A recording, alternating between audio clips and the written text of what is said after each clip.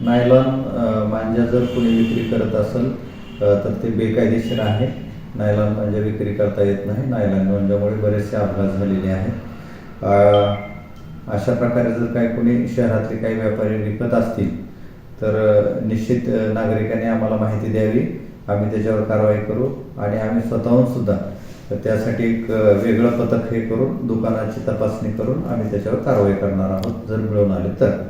त्या अनुषंगानं मी चोपडा सब डिव्हिजनमधील 4ही police station, Dharangaon असेल, चोपडा शहर, ग्रामीण आणि आडाव या तिन्ही पोलीस स्टेशनच्या प्रभारी अधिकाऱ्यांना तशा स्पष्ट सूचना दिलेल्या आहेत. पालकांनी विशेषतः काळजी घ्यावी. लहान मुलांनी असं जर कुणी नायलॉन मांजा कुठून मिळत असेल, विकत घेत असतील तर ते टाळावं, घेऊ नये. आणि जो कोणी विक्री करतो त्याची माहिती पण आम्हाला कळावी.